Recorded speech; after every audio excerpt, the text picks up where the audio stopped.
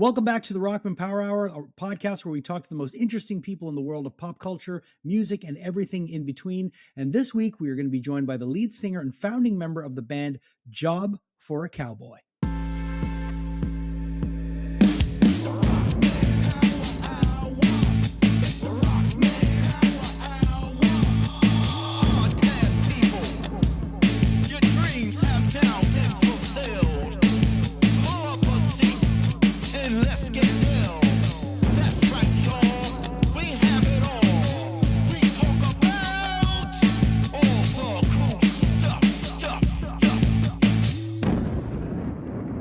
Ryan, we are back for another episode of the Rockman Power Hour. How are you, my friend? Dude, I'm doing great. Once again, rocking this Matrix t-shirt from Studio House Designs. Not because I don't change and not because we don't film these episodes in a row, but because I like it. It's a wonderful shirt. I really like it. it. The first thing I was thinking, it was like, man, he must really like that shirt. But yeah. Don't you ever change? I'm like, I fear change. So right out of the gate, thank you to our friends over at Studio House Designs. They've got great shirts. Check them out at studiohousedesigns.com. I've got their Alien shirt on, Ryan, which is so phenomenal. And they actually did an Aliens shirt as well that I got. Yeah. So check them out over at studiohousedesigns.com. Thank you to our friends over at Heartbeat Hot Sauce. Ryan, dude, Heartbeat Hot Sauce, the heartbeat of the Rockman Power Hour. They're so cool that they do their hot sauce in tattoo ink bottles. Yeah, it's really great. Heartbeat's awesome, and everybody out there use the promo code, of course. But like, bring a box. What I'm saying is, bring a box to a barbecue. You'll be the coolest kid in school. Definitely, for sure. Yeah, definitely. Use your promo code Rockman20 as many times as you like, and hit them up over at their website, heartbeathotsauce.com. You will not be disappointed. I don't know anyone that's tried this that hasn't liked it. And I mean that 100%. Yeah. Nobody has tried this and not liked it. Now, I wanted to show you something, Ryan, because I know that during one of our lives, we had a bunch of people on.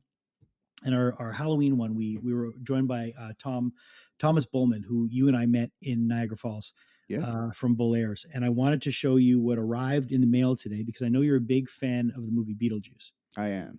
So now this guy's like a magician, man. He makes custom shoes. And when you think custom shoes, you think my idea of custom shoes before Bolaires was someone buying a Vans canvas slip-on, a white one or a black one, and painting on it. Like that to me was a custom shoe, like airbrushing it, like making it an original. But someone that can actually take the actual platform of a shoe and construct it from the ground up and just build a shoe out of the air, Bolaires. I don't know if that's but dude, these guys are incredible. And I wanted to bring these on because I just got these. I had ordered them a while back. And I know you like Beetlejuice. Yeah. I was kind of blown away when I opened these because to me, you shouldn't be able to do this unless you're Nike, New Balance, Converse, Puma, unless you're like a real t-shirt company. How the fuck are you able to make these? Yeah. But he does it. So this is the Beetlejuice shoe. Ryan, this is like, look at this thing, dude. Like, look at this thing. I love the color. I love the colors, man. It's weird how like those colors and those patterns have trickled into the rest of my life, like black lines, purple, green. Yeah. But the fact that I mean, it's like it's a real shoe. Yeah. You know, and I know like some people are going, yeah, of course it's a real shoe, but no, you don't understand. Like someone that's able to make this and have this made and produced and then like and designed, like everything, every detail that's done. And I've shown you some of their shoes before, like, yeah, but this to me was, I couldn't believe how well these were made. So you love shoes too, though. Like that's the I thing. do. Like, I don't have nice things. I'm like, yeah, you've seen me. I have garbage bags and duct tape around my feet sometimes, I'm classy like that. But for a man yourself that appreciates shoes so much, like it's amazing that you guys have connected in that way.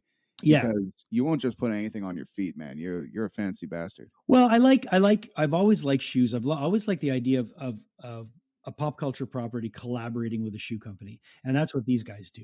So the fact that he can build, and what they can do is they can do, like, if you come to them and say, I want to do a completely custom shoe, a one of one, they'll do it. They'll do one of one. they'll make a shoe. So if you and I said we want to make Rockman Power Hour shoes, they could make Rockman Power Hour shoes. They could do anything. If Heartbeat wanted to do a Heartbeat hot sauce shoe, they can make them. So I just wanted to show these because the colorway on them, the fact that it says Beetlejuice, but like the real movie way. So Everything about. do you wear these or something? Like, do you Oh wear yeah, them dude, ever? I'm gonna wear them. I'm not gonna just. Okay. I'm gonna wear these. Because to Like, me, if I had shoes that fancy, I would like, put them in a fort and surround them by traps or something. no, no, no, no, Yeah. no. So they come in a really cool box, and like again, man, hats off to Tom and to those guys because they just do crazy shit, man. It's nuts. And I've got like you're a big Nightmare on Elm Street fan. Oh yeah. You should see the Freddy shoes that I have coming. Oh yeah. Like, and after seeing these though, I mean, this is his kind of his own take on it. He calls them short horns.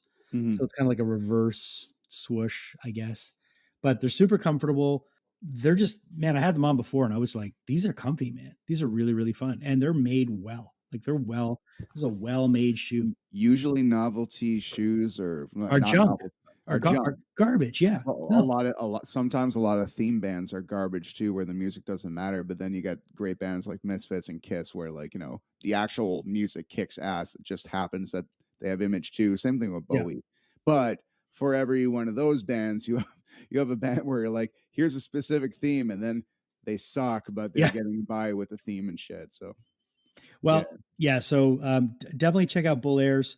They're bullairs.com. They're really, really killing it in the custom shoe game. They just got the license for Bozo the Clown. So they're doing a full Bozo the Clown line, and they do apparel too. They do clothing, they do shirts, hats, sweatshirts, all kinds of fun stuff. So hats off to Tom for these, man. These are sick. These are sick. So hats off and shoes on. Hats off and shoes on. All right. This week on the podcast, we're joined by Jonny Davy. Now, the band Job for a Cowboy, Ryan, are one of these kind of death metal core bands that has been around for a while, took a long hiatus, and are back with new music. They've got a new EP that's coming out at the end of February, is highly anticipated. Their first album came out in 2007. It was called Genesis, and they've got brand new music coming out very, very soon. The album's called Moon Healer. It's coming out February 23rd. It's actually not an EP. It's a full length. And I got a chance to talk to their lead singer, Jonny Davy. Now, what the reputation this band had back in the day was that they were a killer live band, and that they really, really ripped. And it seems like they're on the trajectory to do that now, except that things are a little different in the band now. They all have different things going on. Jonny went back to school to get his engineering degree, but the band's back with new music, and it seems like there's this renewed energy in Job for a Cowboy. So I thought it'd be interesting if we chat with him and find out where that band is at. A lot of people in the mid 2000s were super into this band. They were on absolutely every tour, man. They were on a ton of tours back in the day when they started. Touring with like everybody. They were on Gigantour. They were on all these metal packages that came through. They seem to be always on these choice tours. And I joke around with them when we were chatting that I never got to see them play, but I'm excited, hopefully, to see them play in the near future. But I think a lot of people that are into metal and that were wondering what happened to this band are going to be really excited to see where they're at. Awesome, man. And I've only seen a little bit of this chat, but by the time the interview ends, I will have seen the rest of it. So why don't we just jump into it, man? Let's do it. Check it out. Our conversation with Jonny Davy from Job for a Cowboy.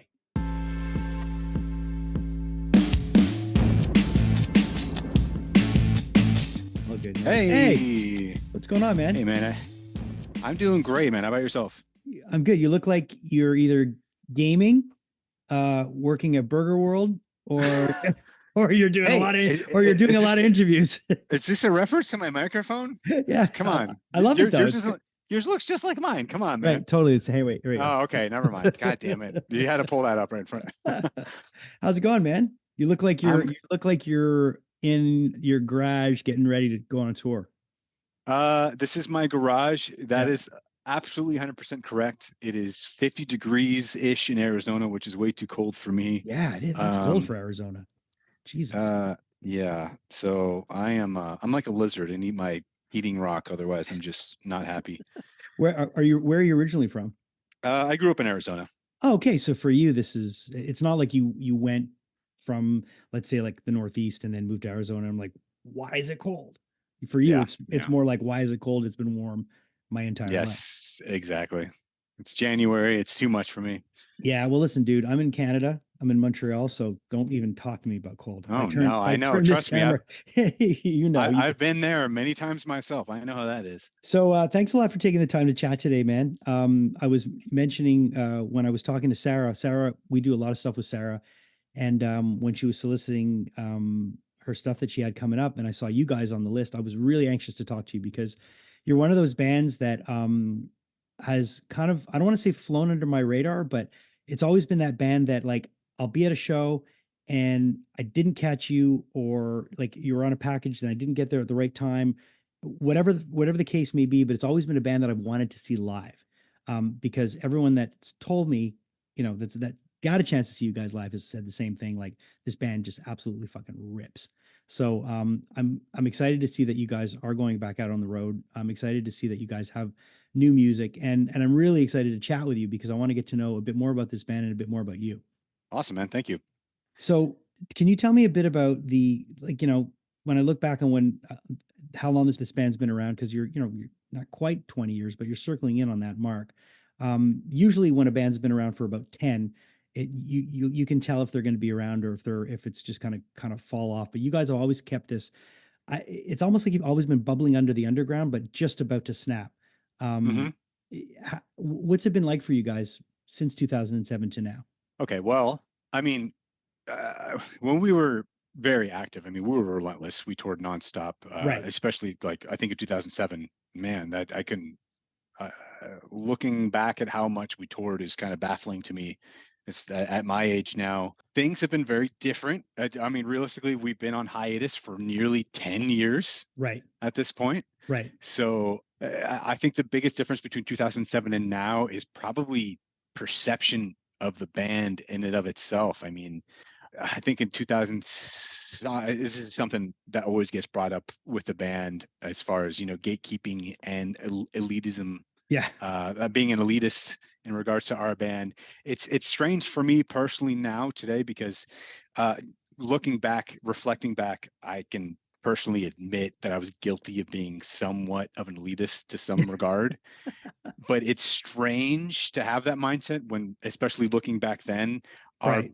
our band was in the eyes of an elitist, not their cup of tea. I think a lot of it just came to gatekeeping and just the perception that we created from kind of the earlier inception of the band. But if I were to look at then and now, I think that's the biggest thing. It's very interesting to think about today. When you think of the fact that you were on such big tours, like right out of the gate, and then you see some bands that stayed active, and have gotten to like another level. Does that upset you at all, or were there things going on that made you guys have to kind of pull back? Because when you think that you were on, like at one point you were touring with In Flames, you're touring with all these other bands, and these bands have gone on to play massive shows and kind of continued, and you guys had to take a step back. Was there a reason for that, or was it personal stuff? Was it just infighting with the band? Was it changing of members? Or what was the reason why you guys kind of stepped back at one point? Yeah, I think the catalyst of everything falls in my lap. Back, Okay, so our last big tour was kind of the big international Mayhem Festival, and then shortly, almost immediately after that, we recorded our last album, Sun Eater. But right around recording it, I realized I was going to become a father. So right. that kind of pushed the brakes on everything. Everything changed. Being in a band, when you think of money, let's just focus on the concept of money when you're in Mhm. a band in this niche genre. I mean, Oh yeah, and really any. I mean, it's an interesting job to have being a touring musician. It's just inconsistent. You yeah. never know what one year will have. One year to the next year can be vastly different. Oh yeah. And I think that was a little concerning to me becoming a father. being the breadwinner for a small family. So I went back to college. I got heavily into my computer engineering degree. I focus a lot on AI and automation. Okay. That's what I do today. So that's what I did. Some of the other guys, we hit a fork in the road after that. And I guess let me backpedal a little bit. I mean, I think the band was, considering back then how much we did tour and how relentless it was, a lot of guys in the band kind of relied on this. So definitely, without a doubt, the other guys in the band weren't happy at the time. I mean, I just fell off the face of the earth at some point. Like when we released Sun Eater, I didn't do any press. We didn't do Yeah. any interviews. It was just, here's the record, and I hope you guys like it. That's all you're going to get from us. Yeah. So I could tell the guys were a little bit bummed out in the time, but I think in hindsight, we've had a lot of discussions. They all understand the situation I fell into. So to answer your question, that was the reason. All right. So so I'm gonna talk to this because I found myself in the exact same position in 2004. I Yep. sang in a band. We were on the road 10 months a year, and then my girlfriend calls me. I'm on the road, What, and what, what was your band? I was in a band called Slaves on Dope. Um, I know what that is. It sounds very familiar.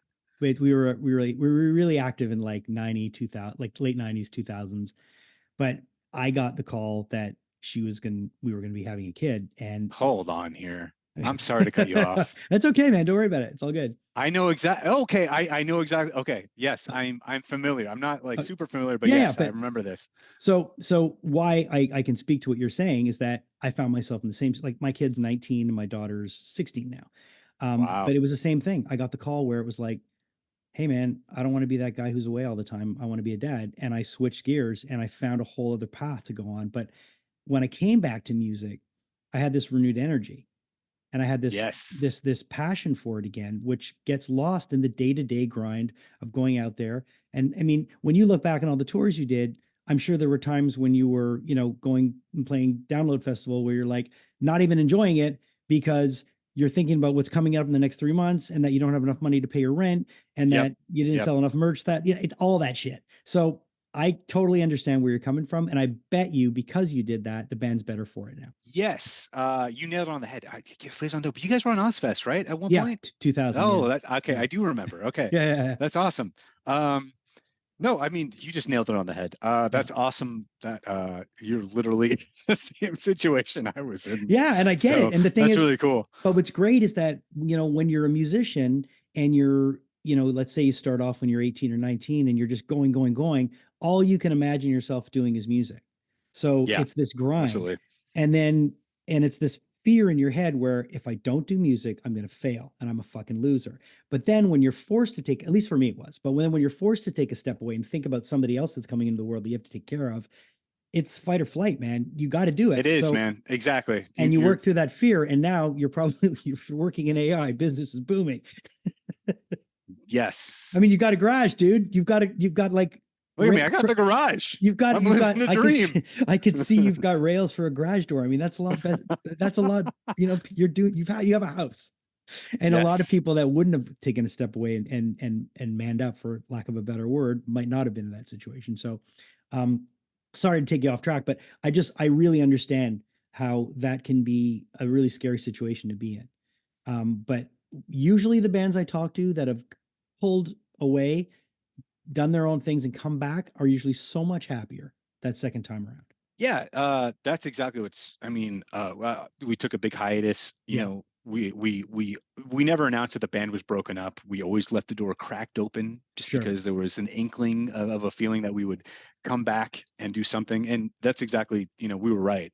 Yeah, Um, and yes, I think with age, we can look at what we've done in hindsight. When you have that big gap of not um, you know being in the middle of it, being in the thick of it, and you can reflect at what you've done, you can kind of really analyze what you've done, look at your strengths and your weaknesses and how to focus on those strengths to write new material. And that's been really fun for us.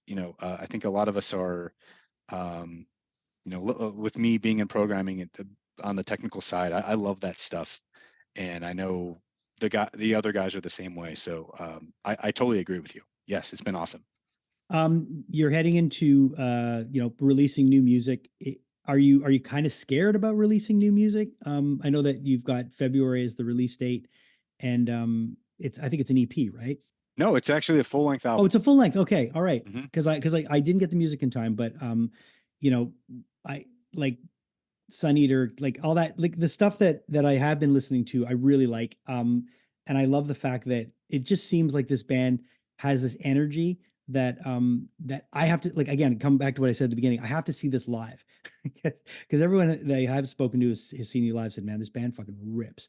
You have dates on the horizon, I imagine? We got a lot of things in discussion. Okay. Nothing confirmed yet, so I can't really talk to anything. We did one little show at Blue Ridge Festival. It's kind of one of the bigger rock metal festivals in the Yeah. United States. So we did that about 3 months ago, I think it Yeah. Was was. was that like in November, I think? Might have been September. Okay, because I remember seeing, I think I remember seeing some footage of that on Blabbermouth. Yeah. People are super Yes. fucking excited to see you guys on stage again. No, and it was a blast, you know. It feels like riding a bike. You know, Yeah, I know all the guys in the band are like brothers. I mean, you know how it is. You yeah. play with these same musicians for however many goddamn shows, and then you just go to practice like it's like nothing ever changed. Yeah, all that Right. stuff's kind of muscle memory. So it felt great and felt like nothing ever changed. It just felt like we were teleported back in time, and it was just like the good old days. So you have a record coming out end of February. Correct. The anticipation for this, I imagine, for you must be pretty high because it's new material. You're putting it out. The climate in music business now changes. I mean, fucking every 6 months. Is there Probably any less than that.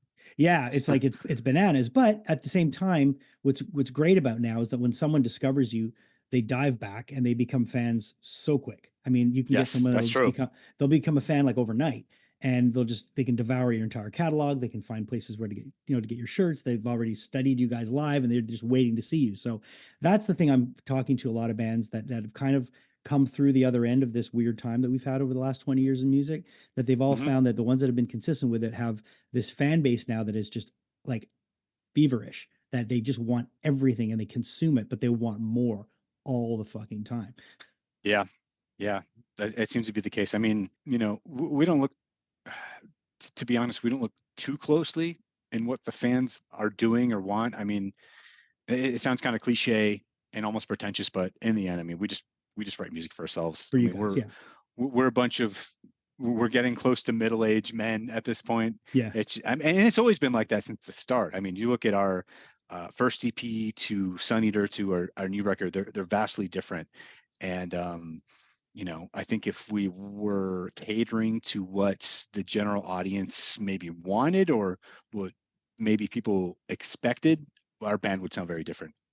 In terms of the recording process, were you guys able to get into a room all together, or was a lot of this done from a distance? How was it? How did you guys approach recording it? Of Uh, Man, it was COVID threw a wrench on everything with this album, course. for one. So right before COVID, actually, I think once all the restrictions started occurring in the United States, Naveen Copperweiss flew out to Florida with Jason Sukoff, and he did the drums. But then everything got really restricted, and Tony, our lead guitar player, he lives in Ireland right now, Okay. so the international travel became almost impossible. Yeah, it was nuts. Um, but it was almost, looking back at it, I think it's almost a benefit because we used that time to refine what we had even more. But I mean, in the end, with what we had to do, everything was split up. Tony recorded the guitars at home. Naveen recorded the drums years in advance, and then we just flew in bass and vocals. It was just So you did layering the record. so a lot of it was done distanced. Yes, absolutely. So when you got together to play the show at Blue Ridge, was that one of the first times you guys have been in a room together in a long time? We Like the preparation for that? Yeah, we played a show in maybe 2014, but other than Okay. that, that's been it. But again, Wow. as soon as we stepped in the room, it was, It's like you just know, like yeah. just like, all right, that didn't sound that great. but after the second or third time, I mean, Sounded sounded better. Yeah. yeah, it all came really quick. Like I said, it's a bit of it's a lot of it's muscle memory at this point with how many shows we played in the past. So you have one or two now, kids? I have two. You have two. How old? hmm I have an 8-year-old and a 5-year-old. Okay, so what does your 8-year-old think of? Well, 5-year-old too, I guess, because they both of them. What do they think of this whole thing? Because to They them, could they don't really know you like this. They know you as no, they could care less. This is all just for whatever the father's ego, I guess. At this point, I don't know. it's always everybody else's kid that's going to think you're cool. Like, you're going to go to once they hit high school, someone's going to show up and go, this your dad's, and they're going to be like, your I kid's going to be know. mortified, and their friends are going to think you're the coolest thing since sliced I bread. mean, I'm sure that's going to be few and far between because I mean, even the music we play is such a niche Yeah, it audience. is. It is. I'm sure there might be one eventually. There's always going to be some kid that's going to come around with a battle vest that's going to know that you're that person's kid. Right. Yeah. At some point, I'm Well, sure. in terms of playing live and getting ready to do that, you said there's stuff on the horizon. Do you think that 2024 will be an active year for this band? I think so, and I hope Okay, so. Again, it's really hard to get everyone on the same page with, sure. we all have careers and our own projects going on, but it's definitely a high priority for everybody right now. That, yeah, and I'm sure for you, like, even though you are, enjoying what you're doing now, when you do get on stage, and I know for me, just I don't do a lot of it anymore at all, but when I do, it's kind of like there's a part of me that feels really goofy, but then there's a part of me that feels like an old gunslinger, like sitting at the bar. You know that when that young guy comes in, you could turn around, you could shoot him in 2 seconds and go back to having your drink because you have so much experience. And it's that nice feeling of being a little older and being like, I don't really have anything to prove, but I know that if I have to get on here, I'm going to show you what I can do. And you're going to go Uh, like, oh, fuck. Yeah, That's the AI guy. I think there's always, even at our age, there's always that spark to Sure. just, Yeah. let's show these kids how it's done. Yeah, exactly. Uh, Exactly. Exactly. I think you look at a lot of. I mean, I keep in touch with everything. I listen to everything in this genre, Sure. and I'm yeah. I just I know what's out there. I know what I can do at my age, and I know, it's kind of. I always say this. To me, metal music, especially performing, is so much like pro wrestling. Oh man. It's it's That's a great analogy. it is you are a pro wrestler. You got to create the image. You have Yeah. to and just I think when you get older, you get a lot smarter with the psychology of all that. That I think when I look at a lot of bands today, they're especially even maybe the bigger popular bands, they don't quite get it. But yeah, there's always a spark. There's always a spark. Yeah, and I think you have to really you have to take everything with a grain of salt. And like, pro wrestling, it's when you're there, you're doing it serious, but at the same time, you kind of know what you're doing is make believe and it's fun. And but Yes, there's people that are invested. And go yes, to a pro wrestling show with someone who's not invested, it's not fun. But when you do go with someone who's into it and that they suspend belief for a little bit and just have a good time, it's fun. yeah. It's almost like a weird line where you have to you're on a tightrope of you don't take yourself too seriously, Mhm. but at the same time you do. I don't know if that Yeah. makes any Oh sense. no, listen, man. Being someone who's like become a really late bloomer when it comes to wrestling. I totally get that. Yeah. I fell in love with wrestling over the last year by going a couple of times and hmm to live events, and it's like you can't help but get caught up. But it's the same thing when you go to a show, no matter how Exactly. extreme a metal show is. If you go to an extreme metal show and you might not know the genre well, if you go with an open mind, most people I know that go really say, "Man, I want to go to that again," because that's like nothing I've ever seen before. And that's Yes. definitely in the death metal genre. It's like that. You bring someone to a cattle decapitation show that's never Yep. been, and as long as they have earplugs, they're going to be like, "What the fuck was that?" And I want more of it. Exactly. Yeah. It's a weird balance. I don't know. I wish looking back when I was in my 20s, I wish I understood that a bit more Yeah. back then. It's all hindsight's 2020, man. But Right. I really appreciate you taking the time. I know you probably got other stuff to get to, and I'm glad that the band's active, and I'm glad I might get a chance to see this band finally in 2024. Because, like I said, I remember like in the mid 2000s, it was this band that I always would fucking miss that was on some tour, whether it be a Gigantor, whatever it was. I was like, fuck, I missed them. So I'm looking forward to it. Well, cool, man. It was very nice speaking with you. You too. And cool. Thank you so much, man. You have a good Cool, day. man. You too. All the best. And it's funny, like you have a similar story where like you stepped away from music for a while, and I don't think I ever said to myself, "I'm stepping away from music," but by default, with the pandemic and everything, I suppose I have, and it's interesting to get my feet wet again, because there's this part of myself that we all know we don't get paid in music, and unless you're a cover band. I saw this great like meme where it said like tribute bands get paid this much, a cover band at a wedding gets paid this much, and then the other guy with original music says, "You guys get paid." Yeah. And it's not even about getting paid in it never was to me in a musical sense. What I wanted as a teenager was adulation of any kind, because I was this fucking awkward, puberty making me its bitch dork, and just ain't this fantasy of, wow, if I play music then everyone will fucking notice me. Yeah. And that was really lucrative for a lot of years, as a person, to be like, I play the music, I get the attention. And then as you get older and older, you're like, shit, I got rent to pay, motherfucker. I can't Yep. can't live off just adulation and get paid and praise. Like No, it doesn't work. it got, but now I want to get paid and praise again, because it's been long enough. So I don't know. We'll see. Well, I'll tell you, man. This band seems to have found their footing again. He seems to be in a really good place, and just a really positive dude. It was really, really fun to chat with him. So I hope you guys enjoyed that conversation with Job for a Cowboy, and go support their new record that'll be at the end of February on Metal Blade Records. And yeah, man, Ryan, that was fun. It was. We've got a lot of really interesting stuff coming up. And again, we want to encourage people. Please let us know in the comments below who you'd like us to talk to on the podcast. And like, subscribe, make sure you add us to any playlists that you have when it comes to your audio podcast, so that you are alerted every time we drop a new episode. And we do that quite frequently. Yeah, for sure.